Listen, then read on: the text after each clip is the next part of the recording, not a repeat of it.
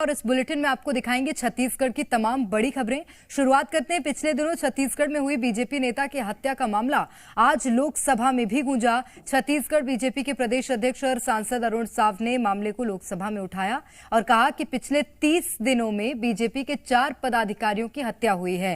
प्रदेश में बीजेपी नेताओं की टारगेट किलिंग हो रही है। अरुण साव ने बीजेपी नेताओं की सुरक्षा की मांग की, साथ ही हत्या की निष्पक्ष जांच की मांग की। उन्होंने कहा कि बीजेपी नेताओं की शहादत व्यर्थ नहीं जाने दी जाएगी।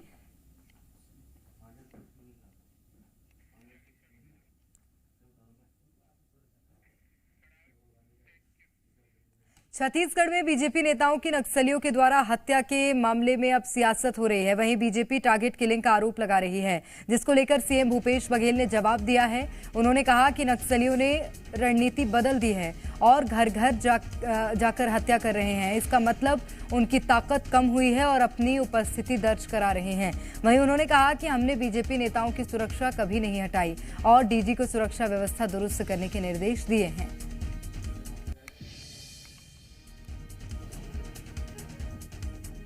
देखिए, ये जो समय है, हर साल के पिछले साल रिकॉर्ड निकाल दी। इस समय में ये लोग इस प्रकार से घटनाएं करते हैं।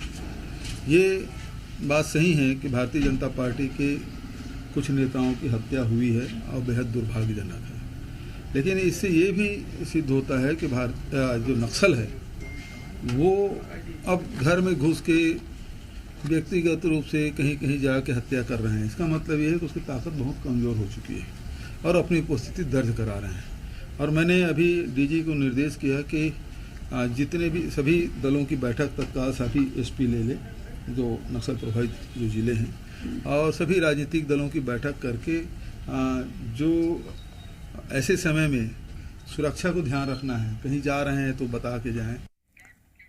और ज्यादा जानकारी लेंगे, रुक करते हैं। रजनी ठाकुर हमारे साथ सीधे जुड़ गई हैं रायपुर से।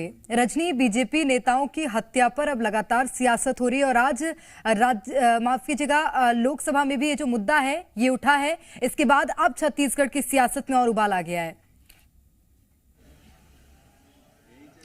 देखिए, जिस तरीके से एक महीने में 4 भाजपा नेताओं की हत्या हुई है, जिनमें से 3 हत्याएं साफ तौर से नक्सलियों की तरफ से की गई हैं। एक हत्या को लेकर जो है स्थितियां साफ नहीं हैं, लेकिन ये सभी हत्याएं राजनीति से इतर कानून व्यवस्था पर सवाल उठाती हैं कि आखिर इस तरीके से नक्सली लोगों के घरों में पहुंचकर दिन दहाड़े हत्या कर देते हैं और कोई वहां पर सुरक्षा की व्यवस्था नजर नहीं आती है। इसको लेकर सियासत भी हो रही है। लगातार भाजपा ये आरोप लगा रही है कांग्रेस पर कि भाजपा नेताओं की टारगेट किलिंग की जा रही है। लोकसभा में भी ये मुद्दा उठा है। भाजपा के प्रदेश अध्यक्ष अरुण साव ने इस पूरे मामले को लेकर जांच की मांग भी की है। मुख्यमंत्री भूपेश बघेल ने भी बयान दिया है। उनका कहना है कि किसी भी भाजपा नेता की सुरक्षा में कहीं कोई कमी नहीं की गई है। उन्होंने डीजीपी को भी ये निर्देश दिया है कि तमाम जो राजनीतिक पार्टियां हैं उनके साथ बैठक की जाए और जो प्रोटोकॉल है, चूंकि ऐसे तमाम इलाके जो नक्सल प्रभावित हैं और जहां पर आने जाने के लिए सुरक्षा के पुख्ता इंतजाम होने चाहिए, उन इलाकों में क्या जो नेता जा रहे हैं वो प्रोटोकॉल का पालन कर रहे हैं, वो उसकी जानकारी दे रहे हैं, इस बात का ध्यान डीजीपी को रखना है। तो निर्देश दिए गए हैं, लेकिन दूसरी तरफ सवाल ये भी उठता है कि इन 3 हत्याओं को अगर हम देखें तो घरों में घुसकर सीधे हत्या कर दी जाती है। तो ऐसे में किस तरह से काम किया जाएगा, वहां की पुलिस कितना काम कर पा रही है, नक्सलियों पर लगाम कितनी लगी हुई है, इसको लेकर कई सवाल खड़े हो रहे हैं। क्योंकि छत्तीसगढ़ एक ऐसा राज्य है जहां पर अब तक झीरम घाटी हमले का सच सामने नहीं आ पाया, इस पूरे मामले की हकीकत सामने नहीं आ पाई। भीमा मंडावी हत्या मामले की जांच चल रही है। इतनी बड़ी बड़ी राजनीतिक हत्याएं हुई हैं और उसके बाद ये जो पैटर्न सामने आ रहा है, ये अपने आप में कई तरह के सवालों को जन्म देता है, क्योंकि ये चुनावी और सवाल निश्चित रूप से रखनी, ये बहुत अहम बात आपने कही है कि सवाल इसलिए और बड़े हो जाते हैं क्योंकि इसी साल विधानसभा चुनाव भी होने हैं और अगर इस साल इस तरह के घटनाक्रम सामने आते हैं, कहीं ना कहीं प्रदेश सरकार के लिए मुश्किल खड़ी कर सकते हैं।